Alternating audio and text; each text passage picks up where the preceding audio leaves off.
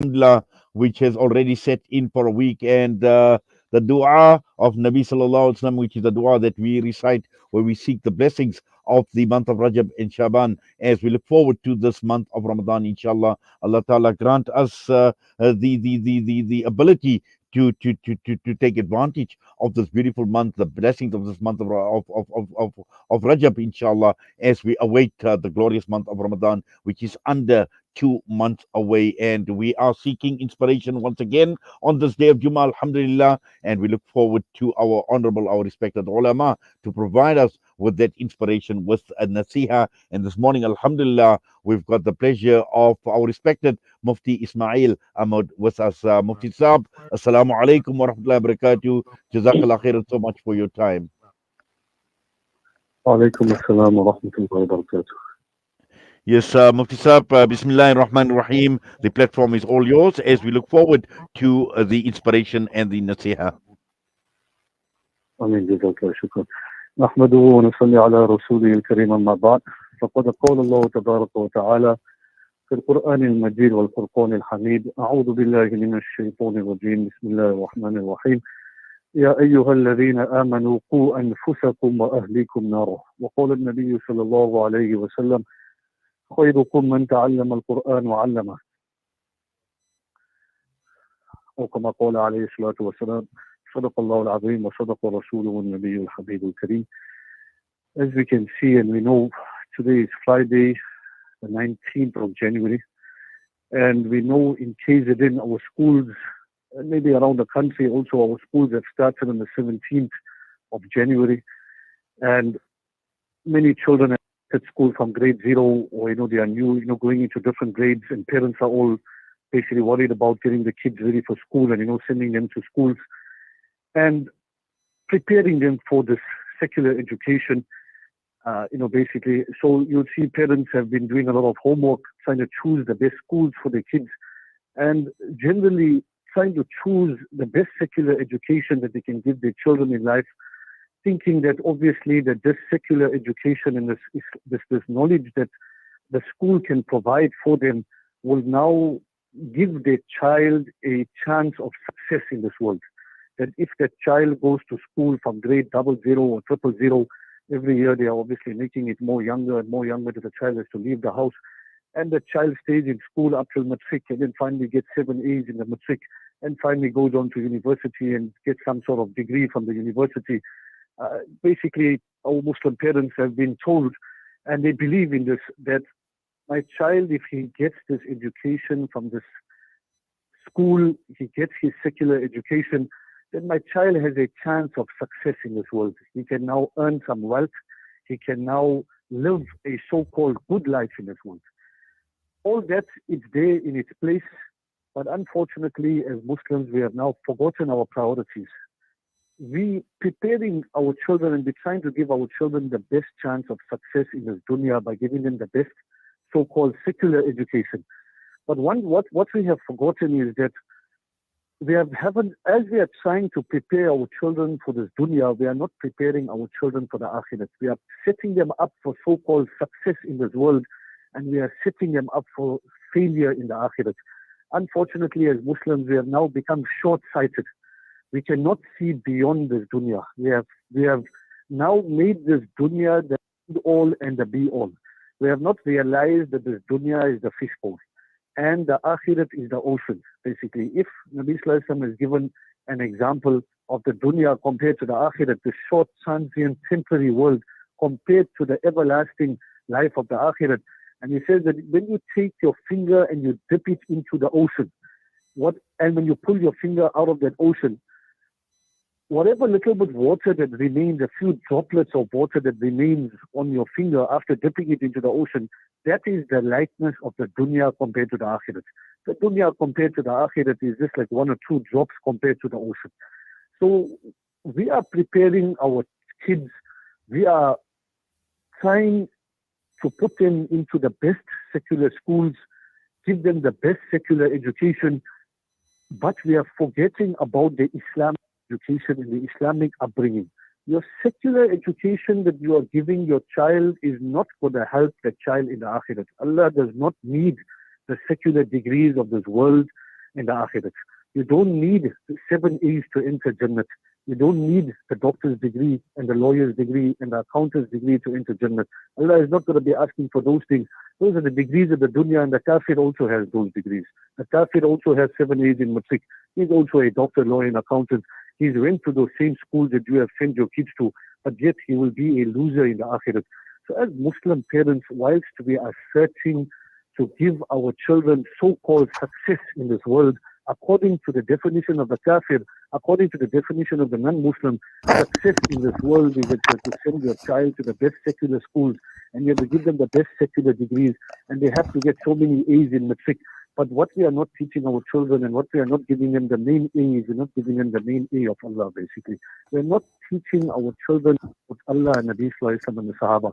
If your child has more information about Shakespeare than he has information about Abu Bakr radiallahu anhu, then your child is a loser. If your child knows more about Einstein than he knows about Umar radiallahu anhu, then your child is a loser.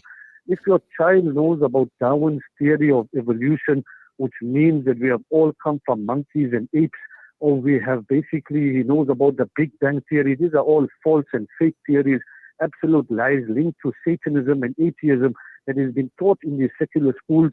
Your child basically is going to grow up, and your child is now going to turn out to be an atheist. And many, many Muslim boys and girls and men and women that have not been given the correct Islamic upbringing and a correct Islamic education, they have now grown up to be adults who are now atheists.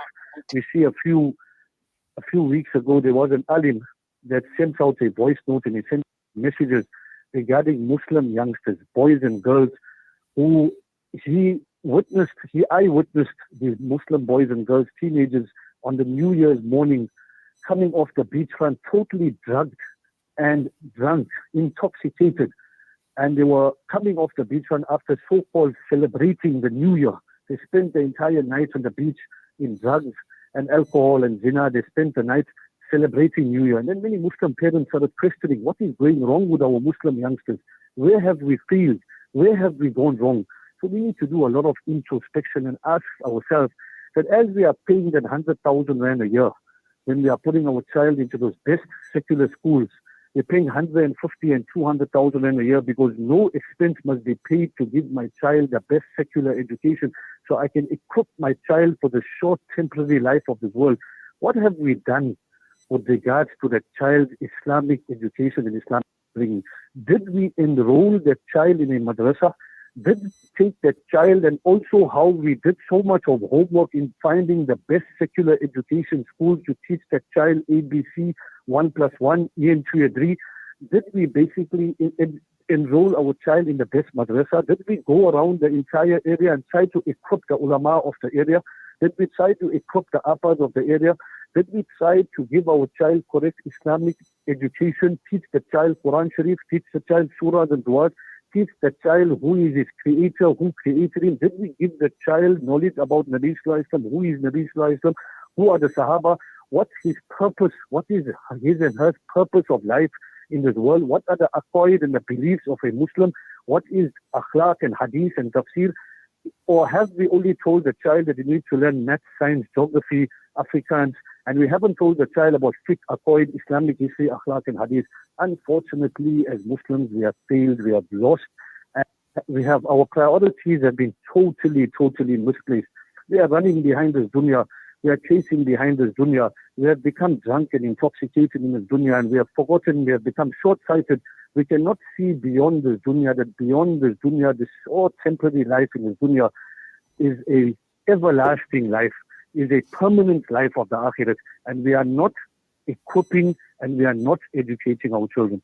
We are sending our girls, small, innocent Muslim girls from the age of 4 and 5 years old to the Christian schools, where they're making our they're making our girls take out their pants also.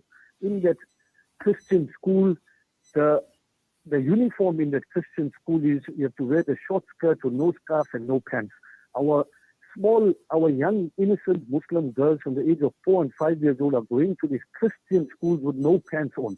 And when that child grows up and doesn't want to wear pants, now that Muslim girl has grown up and now become a Muslim woman, and she's not wearing pants now and she's become a Muslim, adult, and she's posing and exposing on social media, half naked and three-quarter way naked, and sometimes even fully naked. Let me ask ourselves, where is the haya and modesty of the Muslim woman?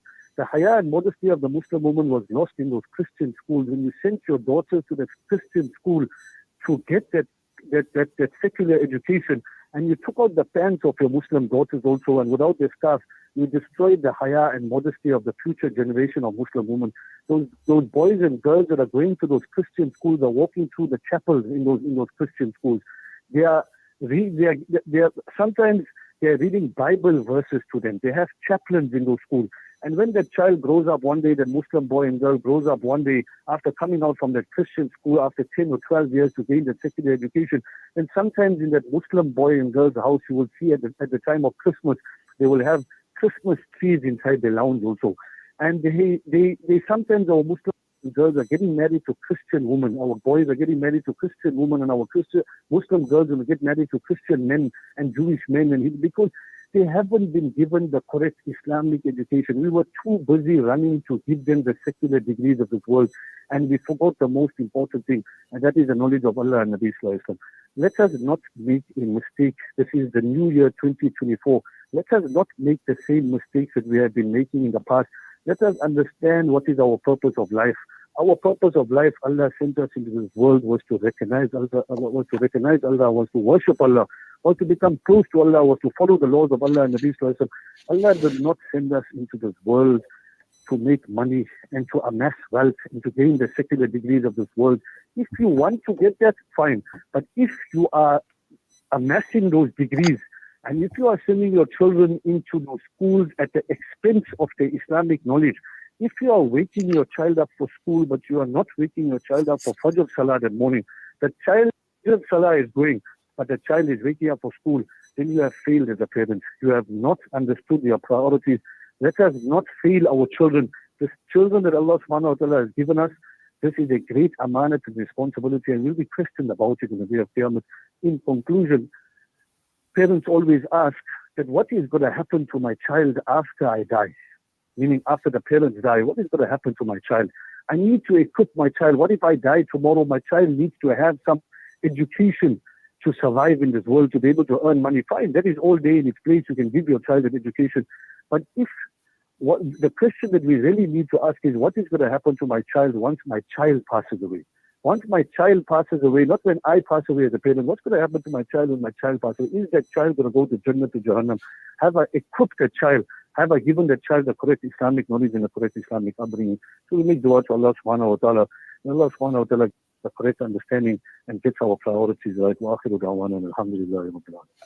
Ameen, Ya Rabbal Alameen. Jazakallah khairan so much, Mufti Saab, for the wonderful nasiha. A lot of food for thought there, alhamdulillah. Very, very profound, a very, very powerful nasiha. Inshallah, Allah grant us the ability to understand and, more importantly, to practice upon what has been said. And as always, Allah subhanahu wa ta'ala, we appreciate your time with us, Mufti Saab. Allah reward you for your efforts as well. Assalamu alaikum wa rahmatullahi wa barakatuh.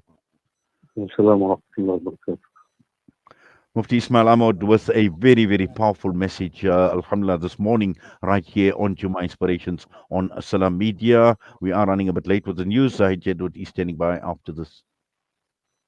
Rejuvenating media day by day. This is Salam Media.